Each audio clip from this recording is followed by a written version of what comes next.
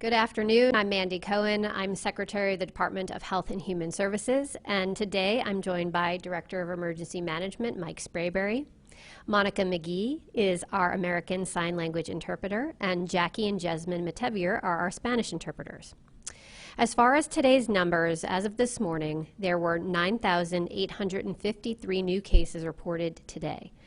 3,990 people are currently hospitalized right now across North Carolina, and sadly, there have been 7,825 deaths. We continue to accelerate vaccinations across the state. In the past 7 days, hospitals and local health departments have increased the number of vaccinations given by 133% compared to the 7 days before that. Today, we reported that providers have given 326,198 vaccinations. That's 326,198 vaccinations. But remember, there's also a data lag, and total vaccinations allocated to our state include 160,000 for our long-term care facilities, as well as vaccines that were allocated to our state for the week but have not actually yet been received by our vaccine providers. We will continue to offer support to our local health departments and hospitals to get shots in arms faster. On Tuesday, the governor shared that in the coming week we will have large community vaccination events in 13 counties. And as of today, that's expanded to be in 23 counties spanning the entire state from the mountains to the coast. Partners were selected based on their ability to administer a large number of vaccine doses or to provide access to vaccines to marginalized communities. I want to thank Emergency Management and the National Guard for their support in these efforts. Additionally today, Honeywell, Atrium Health, Tepper Sports and Entertainment, who own the Panthers, and the Charlotte Motor Speedway announced a unique public-private partnership to support the goal of 1 million COVID-19 vaccinations by July 4th of 2021. They plan to vaccinate as many people as quickly and efficiently as possible with a focus on our underserved communities. Governor Cooper is committed to partnering with businesses and healthcare providers to get vaccines in people's arms as quickly and as equitably as possible. Because the supply of vaccine is limited, we have prioritized vaccinating people who are at the highest risk of being hospitalized or dying, and those at highest risk for exposure. Starting today, to align with the new federal priorities and to facilitate speed of vaccinations, vaccine providers that are ready to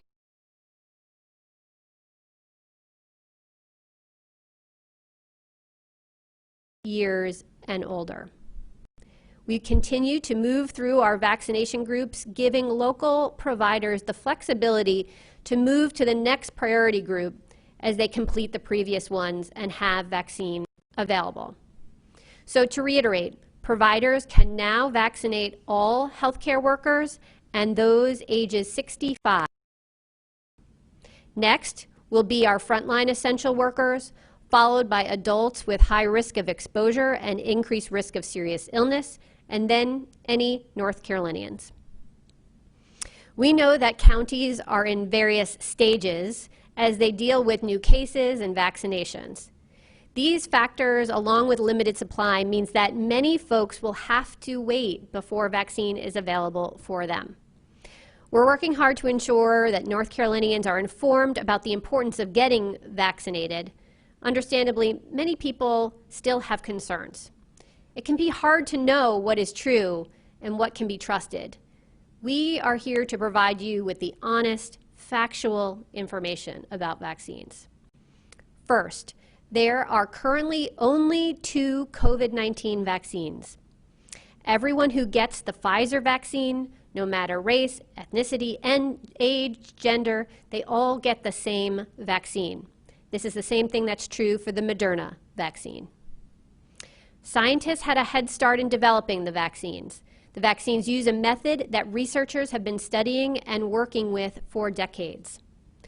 All vaccines are tested for safety and effectiveness before they're authorized. More than 70,000 people volunteered in clinical trials for the vaccines to make sure they were safe and worked to prevent COVID-19. Results from those research trials showed that the vaccines are 95% effective in preventing COVID-19. There were no serious safety concerns noted in those clinical trials. You may have temporary reactions like a sore arm, headache, or feeling tired and achy for a day or two after receiving the vaccine. You cannot get COVID-19 from the vaccine. Vaccines use mRNA to give the cells in your body the instructions to make a protein that safely teaches your body how to make antibodies to fight the real COVID-19. Your body destroys that mRNA and gets rid of it. It doesn't stay, nor does it alter any DNA in your body. The only other ingredients in the vaccine are salt, sugar, and fat. The vaccines do not contain eggs, preservatives, fetal tissue, stem cells, mercury, microchips, or any other ingredients. There are no data that show vaccines negatively impact your ability to get pregnant in the future. You won't be fully immune to COVID-19 until 1 to 2 weeks after your second vaccine. Vaccines are the best way to end this pandemic and save lives. It will take time for everyone who wants a COVID-19 vaccination to get one. And I encourage everyone to go to yourspot.yourshotnc.gov to get accurate information about COVID-19 vaccine development, testing, safety, and reactions. It's your spot for reliable information. Now, I've spent most of my time this afternoon talking about vaccines, but unfortunately, we know supplies are still very limited. Today, we face the immediate and dangerous situation of extremely high numbers of people having COVID here in North Carolina and record numbers of people in the hospital. The percent of tests that were positive are triple of that where we want to be, and there is a new and much more contagious variant of COVID-19 in our country. My directive remains in place. Stay home. Only leave home for essential activities like work, school, or to meet healthcare needs. If you must leave home or be with other people who you don't live with, wear a mask all the time. Stay at least 6 feet apart and wash your hands often. Keep doing those 3 W's so we can slow this virus down while we get everyone a spot to get their shot. With that, I will turn it over to Director Mike Sprayberry for a few remarks.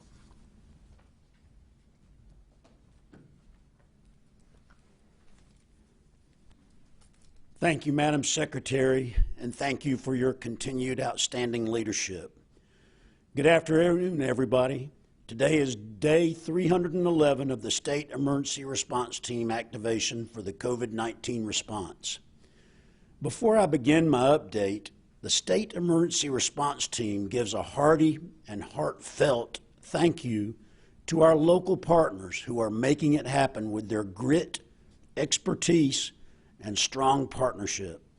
The health departments, emergency management agencies, PSAPs, healthcare organizations, firefighters, emergency services, law enforcement, and all of the other disciplines that are tirelessly working each and every day to protect all North Carolinians. We know that you have been in the trenches from the very beginning, fighting relentlessly to mitigate the spread of this virus. Please know that we appreciate you so much and are here to support you. The first National Guard team supporting vaccination sites began work this week. So far, 24 National Guard personnel are on scene assisting Albemarle Regional Health Services and the Forsyth County Health Department, with plans for over 250 to be at work across the state by the end of next week. We have new requests from counties for vaccination support coming in every day. Keep them coming. This support is being provided with a mix of National Guard soldiers and airmen. Some are healthcare workers like medics or nurses who are giving vaccinations. Others are assisting with administrative tasks like vaccine data entry or with logistics support. I want to note that the other National Guard members are continuing to provide vital support to food banks and rapid COVID testing sites across the state. We're also coordinating volunteers who can support vaccination sites statewide. Organizations like our outstanding Civil Air Patrol and Community Emergency Response teams are already lending a hand. If you would like to register as a volunteer to help at vaccination sites or medical facilities, there is a website set up for that. Visit terms.ncem.org. That's TERMS, terms.ncem.org. You will go into a pool of volunteers to be screened, and if approved, you could be called on to assist at a vaccination site or medical facility in your area. I want to note that the National Guard support for COVID-19 is separate from the mobilization that Governor Cooper announced yesterday, with 550 additional members activated to support security operations here in North Carolina and in our nation's capital related to the inaugural events. 350 of these troops will be on duty beginning this weekend in North Carolina, and 200 are headed to the National Capital Region, where they will join National Guard elements from other states in providing law enforcement support. In closing, let's encourage everyone to get the vaccine when your turn comes. It's safe and it's free. I'm sure looking forward to getting the shot when my turn comes. You have a spot, so take your shot. With viral spread at critical levels, it's more important now than ever to observe the 3 W's. Wear a face covering, wait at least 6 feet apart, and wash your hands often. That's wear, wait, and wash. And as always, don't forget to look out for your family, friends, and neighbors, to call your loved ones daily. With kindness and cooperation, we'll all get through this together as one team, one mission, and one family. Thank you, Madam Secretary.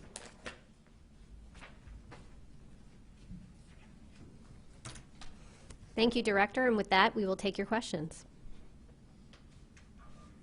Our first question today is from Will Michaels with WUNC Radio. Hi, Dr. Cohen. Will Michaels at WUNC. Thanks for taking my question.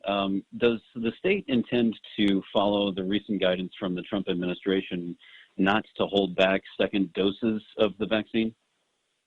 Well, thanks for that question. So we are still awaiting exact details from the federal government about how they're going to be doing the release. Are they just releasing second doses? There's also some additional doses that they were holding back in case anything happened related to shipping or manufacturing. So we're still trying to understand exactly what is being released and when.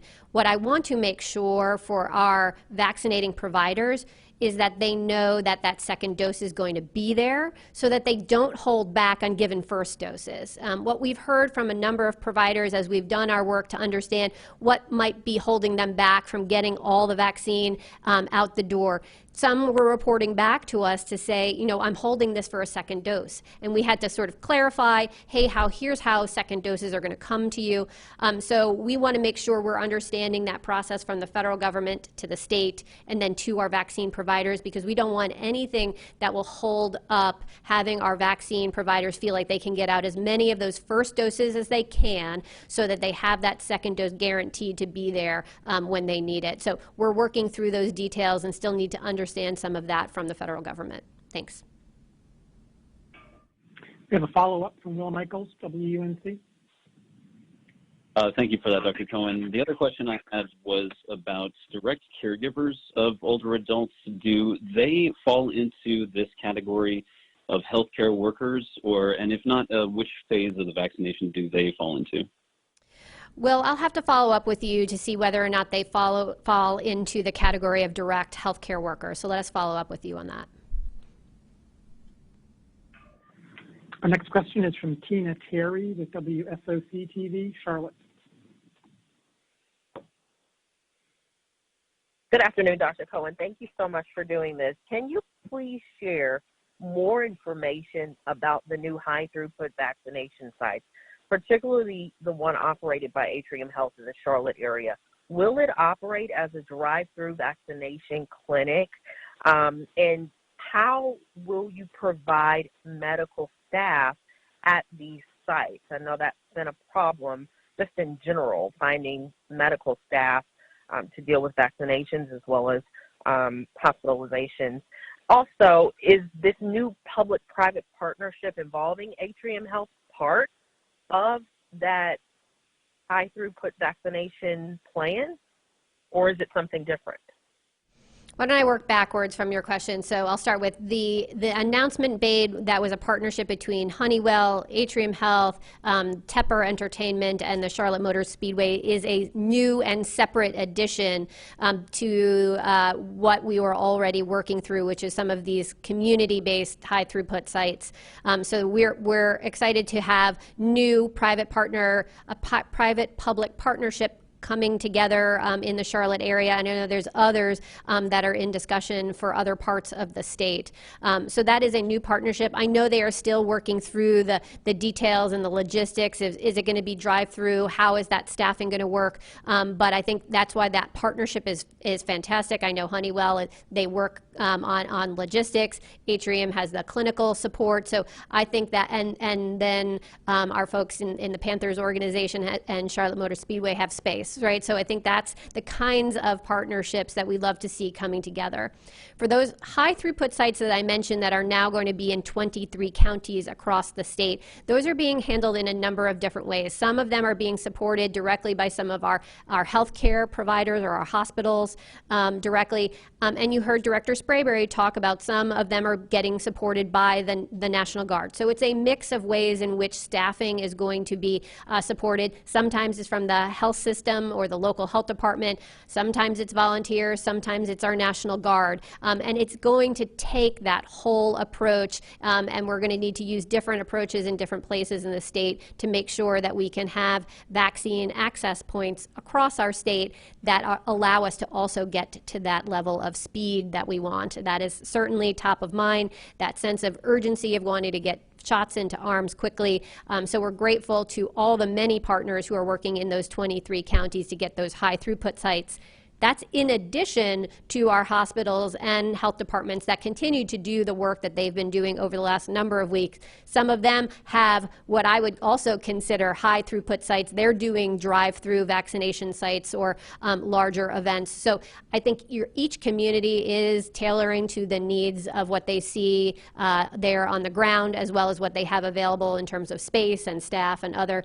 We're just trying to partner with them and support them with whatever needs that they have. Thanks. Follow-up from Tina Terry, WSOC. Thank you, Dr. Cohen. One more question. Can you explain where the vaccine is coming from to operate these new throughput sites, high throughput sites? Is this coming from a surplus that the state has? I think some counties are concerned that the vaccine that could go to them will be sent to these new mass vaccination sites. Please provide clarity there. So when the federal government does its allocation to our state every week, and then we at the state decide in turn where should we ship that vaccine to. And so we have data to help us understand how much vaccine is across our state and in the hands of our vaccine partners. And what we've been doing over the last week is trying to understand if folks are out of vaccine, which we can see in the data, or if they still have vaccine sitting there on the shelf, and how can we support them in getting that vaccine out as quickly as possible. So this next week of allocation and these higher throughput events came about because there are some who still have vaccine sitting on the shelf that they're working to get through, so they don't need new vaccine this week. We're able to take that, that vaccine that may have gone to them in the past couple of weeks. We're able to use that and concentrate it in some of these higher throughput sites. We are asking all of our providers to give us very specific plans about how they are going to be able to get any vaccine we give them out in 7 days, right? We get shipments every 7 days or so, and we want to make sure that the shipments we're getting in are going to be able to get out into arms within those 7 days. And that's what we're working with our providers, asking them how are they going to do that? How can we support them in being successful? We know some of them still have vaccine that is there, and we want to make sure over the next 7 days they get it out.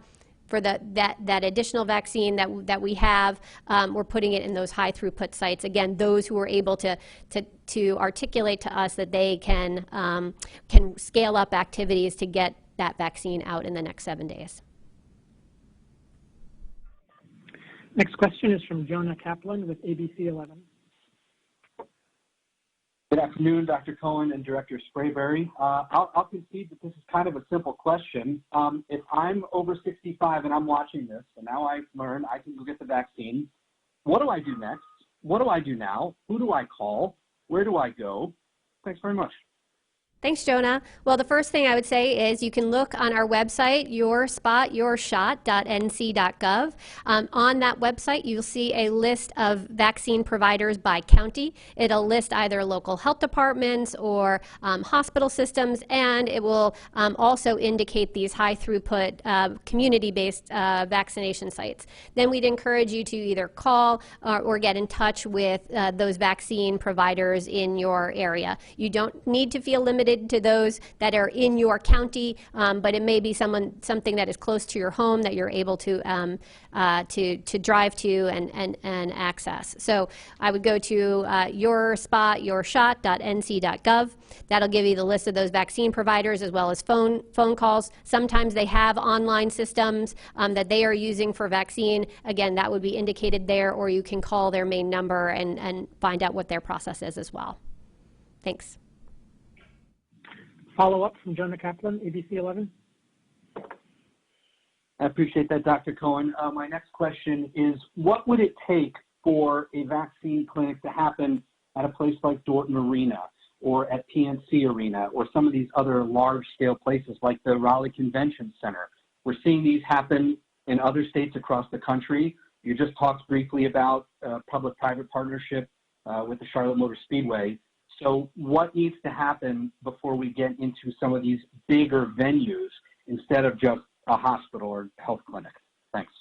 Thanks, Jonah. That's exactly the kinds of conversations we're having now to bring together those partners, both the space, the clinical expertise and staff, and then the logistical support.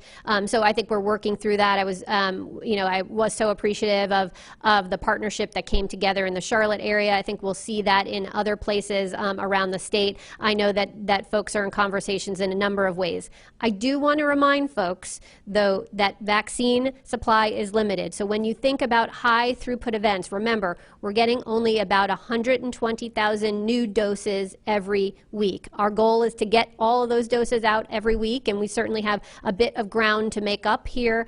But when you think about those large-scale events, we still have very limited vaccine. So it's not going to be something that can run 24/7. We just don't have that amount of vaccine. So we're figuring out what is that appropriate scale, where should those locations be, how can we think about equity and accessing, making sure there's access points for our underserved communities. All those things are going into the discussions we're having, and we're very appreciative of all of the folks who are stepping up to the plate to help us execute this really important goal of getting all North Carolinians vaccinated. Thanks. Next question is from Adam Wagner with the News and Observer. Hi, Secretary Cohen. Thank you for taking my question. I guess to start, just a point of clarification on the 45,000 doses. Are those coming from next week's allocation, or are they redistributed from this week? And then also with the high throughput sites, is the timing on that coincidental with the CDC's announcement that they could be reallocating vaccine if states can't get it out, or is this part of an effort to really kind of get up to speed to where North Carolina will be seeing the same amount of vaccine moving forward? Thanks, Adam. I think we've all shared a sense of urgency of wanting to get vaccine into arms as quickly as possible. So this was already work that's been underway, and to bring together the logistics, the clinical, and the actual space to make sure that these kinds of things happen. As far as the 45,000 that you mentioned, that was what was arriving either yesterday or today, about that amount of vaccine. That's what we were talking about for going into the weekend and through the next week. Now we are working on the next allocation. We always move into that next allocation and are asking our providers, what else could you do beyond what you're doing already, and how can we scale up? So those conversations are ongoing, and we will continue to work to make sure that we are, as I said, getting the vaccine that we have here in our state out into arms as quickly as possible. Thanks. Next question is from Caroline Hicks with WBTV in Charlotte. Hi, thank you for taking my question. I wanted to ask, what will be the challenges and how will these different health departments and hospitals ramp up their efforts for this additional group of people 65 and older? How are you going to make sure that they're getting the allotments they need? Are the allotments going to be increasing for everyone, or how is this going to work to meet the demand of this new group of people? Well, thanks, Carolyn. There's a couple of things. I'd break it down to how do we use the vaccine we already have in the state and use it efficiently and quickly, and then how are we thinking about the new vaccine that's coming to us going forward.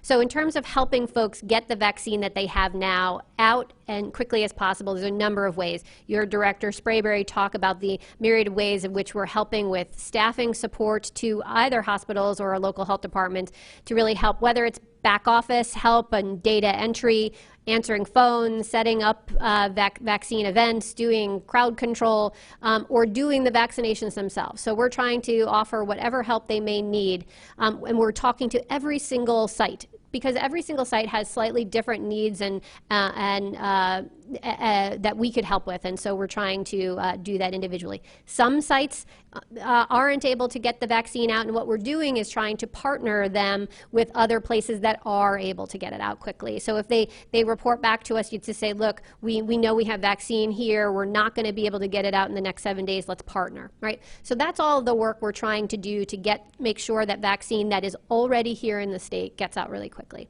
Then the question is, how do we use the vaccine that comes to us once a week and use that process to drive some of this speed and efficiency? And that's where some of these higher throughput sites come from. But remember, it's a limited pool of vaccine that comes to us. So if we take vaccine and put it in these high throughput, it does mean that there will be less in places that may be less efficient and less speedy at getting out the vaccine. We are focused on speed, but we are also focused on that equity and access piece. So we are trying to be intentional about thinking about locations for these high throughput sites, so we still maintain that geographic distribution of vaccine, as well as focus on our historically marginalized populations. Now, North Carolina, when we first were allocating vaccine, we were very intentional about getting it to every single county in North Carolina, all 100 counties, equal balance of doses across all the state, so there were access points everywhere. I think as we focus and learn about how we can improve speed, I think we're doing a mix of getting to that continued geographic distribution, as well as these high throughput sites. So that's what we're focused on going forward, again, as we work to get the vaccine we have already in the state out, and then focus on what we can do with the new vaccine coming to us. Thank you. Follow-up from Caroline Hicks at WBTV. In Mecklenburg County, hospitals, health departments have said that they could not give the vaccine to more people than they're giving right now. Right now, the demand is higher than the allotment. So can they expect more of an allotment to handle this larger population, or are they just looking at booking out appointments further out? It's a really important message. We have less vaccine in our state than the number of people who are eligible to get it at this moment. For those who are 65 years and older, you could get vaccine starting now, but that doesn't mean vaccine is available for you today or an appointment is available for you today. I think you just heard about the Mecklenburg area where they are going to be setting up additional sites with additional vaccinators, which means additional appointments. So there are going to be more that come online. But at the end of the day, there's a limited supply of vaccine, and it's going to take us some time to get everyone their spot in line to get their shot. We also want to remind folks that as things are limited right now, we want folks to work quickly with our partners. There are partners that still have vaccine available, and we want to help them get it out within the next 7 days. So if they need more vaccinators, we're willing to help them with that. If they need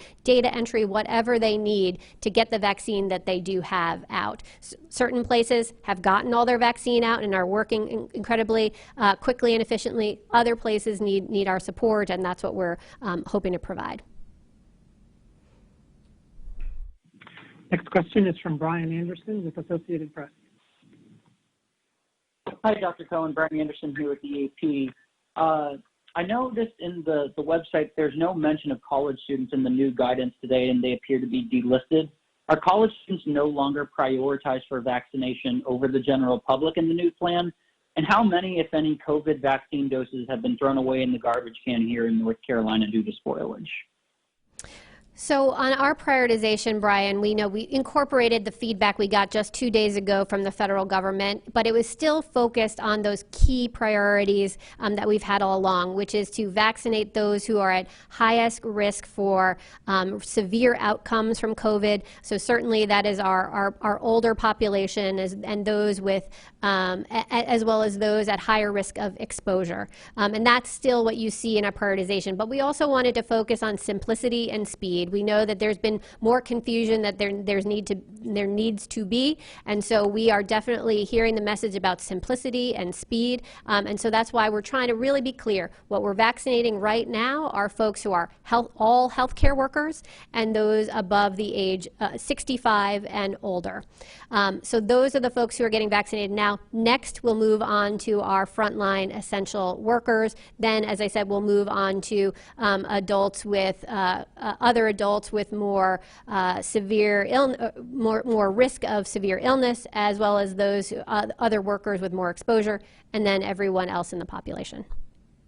I think the second question was about spoilage. Now, we haven't heard of any sites that have had issues where they have defrosted or left out of the freezer vaccinations, but we continue to reiterate the message that we don't want to see any vaccine wasted, and this is the kind of flexibility that our local providers need. Yes, we have a prioritization that we want folks to follow, but at the end of the day, we don't want vaccine to go to waste at all. We know that these vaccines are life-saving, and we want every single dose to be used.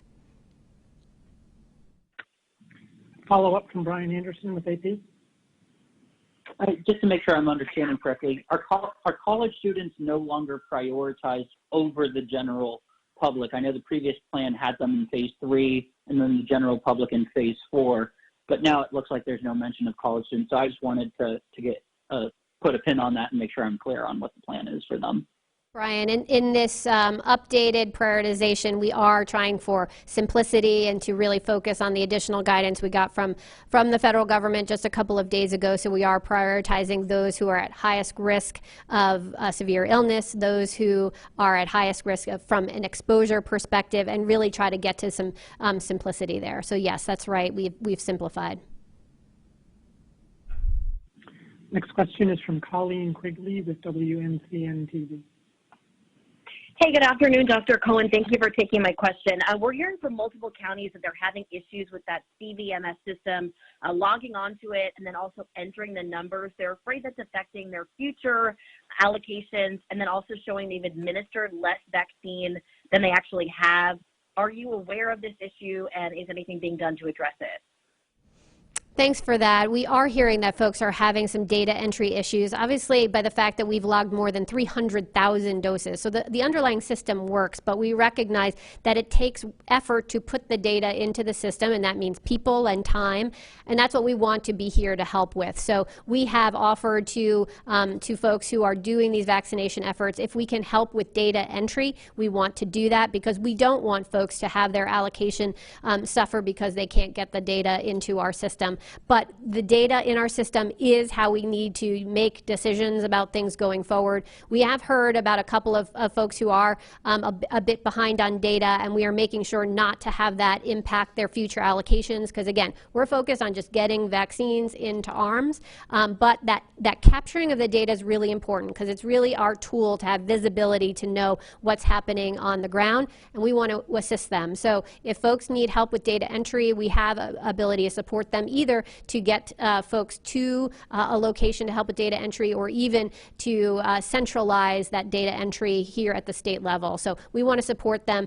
And if there are any issues related to CVMS or questions, we have all-day office hours, lots of ability for folks to get in touch with us to ask questions, to make sure we're continuing to improve that underlying system itself. It's one of the reasons we wanted to have that system here in North Carolina, so we can continue to make improvements to it as we improve things over time. Follow-up from Colleen Quigley, WNCN. Thank you. And one more question. I know you said there are discussions ongoing right now about more of these large-scale sites and the private partnerships. Can you say if any of those conversations are happening for a partnership in the Triangle? I think conversations like that are happening across the state and including in the Triangle, yes. Our next question is from Richard Craver with the Winston-Salem Journal. Hello, Secretary. This is Richard Craver with Winston-Salem Journal.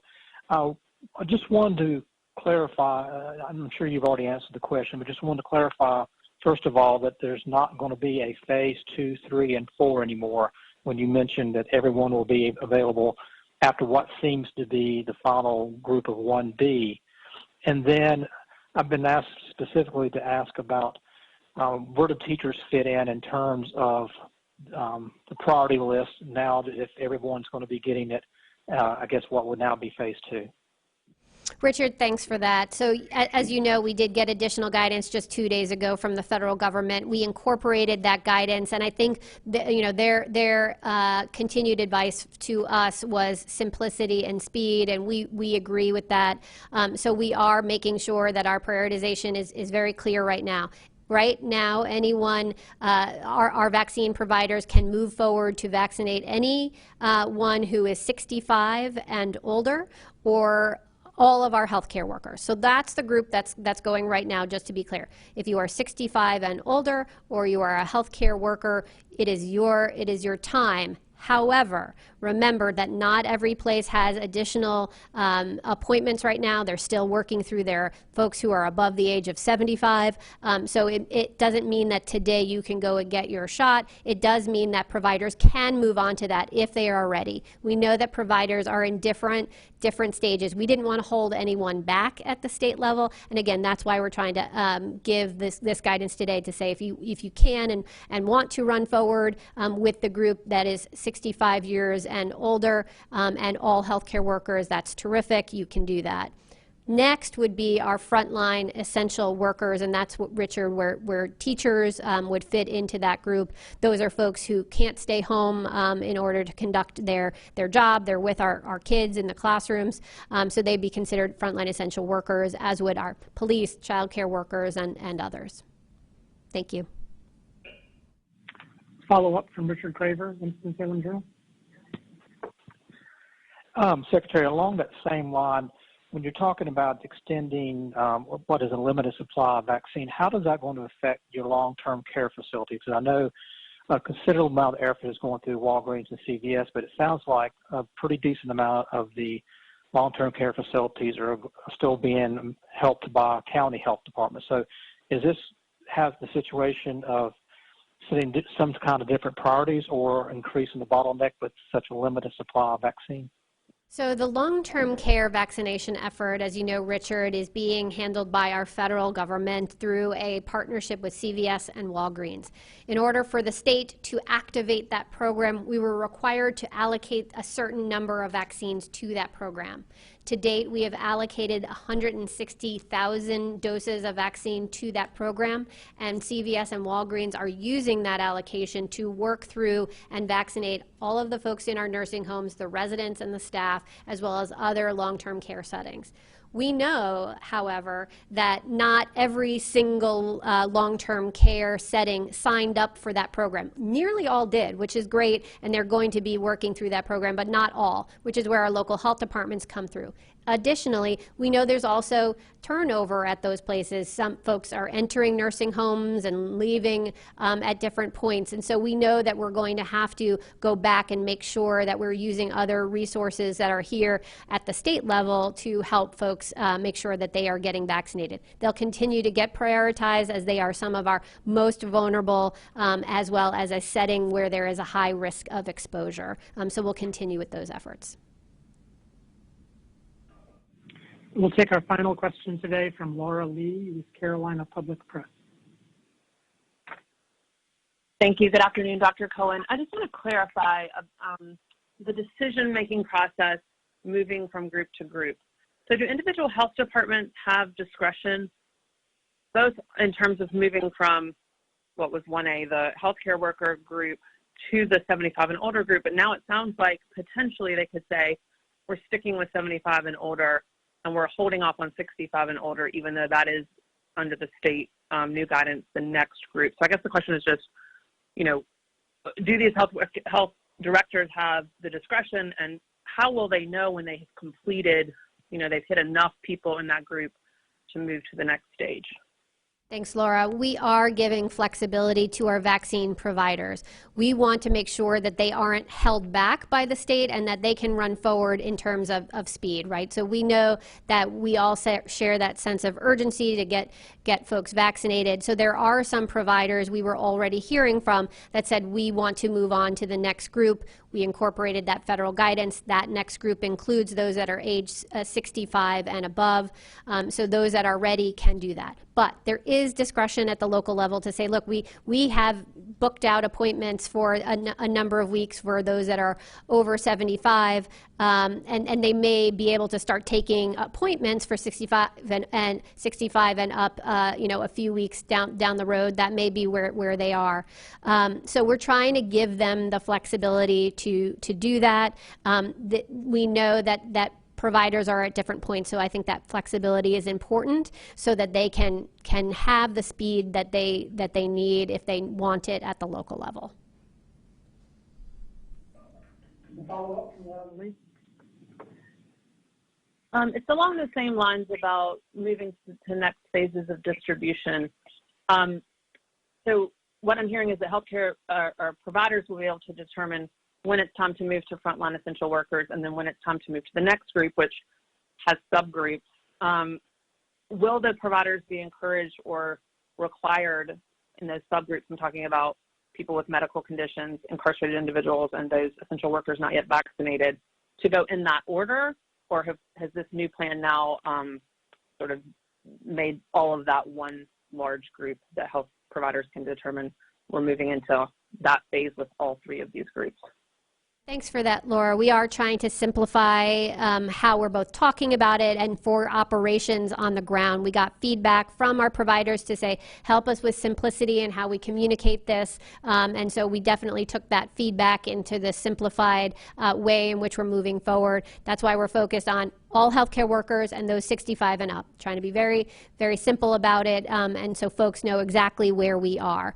We are still wanting to follow prioritization because the supplies are so limited. So we are focused on just that group right now before we move on to the other frontline essential workers. But and we will signal at the state when we think we'll be moving through those other groups. But we did very much, Laura, simplify that so we can communicate it more easily, and also to ease some of the operational complexity at the local level. Again, we're trying for simplicity and speed as we go through this, as well as a focus on equity. And that's what we'll continue to do. We want to get that vaccine out as quickly as possible, but I want to just say again, please remember that our supplies are very limited. Even the progress we're making, we're going to get a lot of vaccine in arms over the next 2 weeks. Even if we vaccinated everyone today with the vaccine we have in the state, we would still be at somewhere like 6% of our entire population, which means we have to do the work we've done all year long,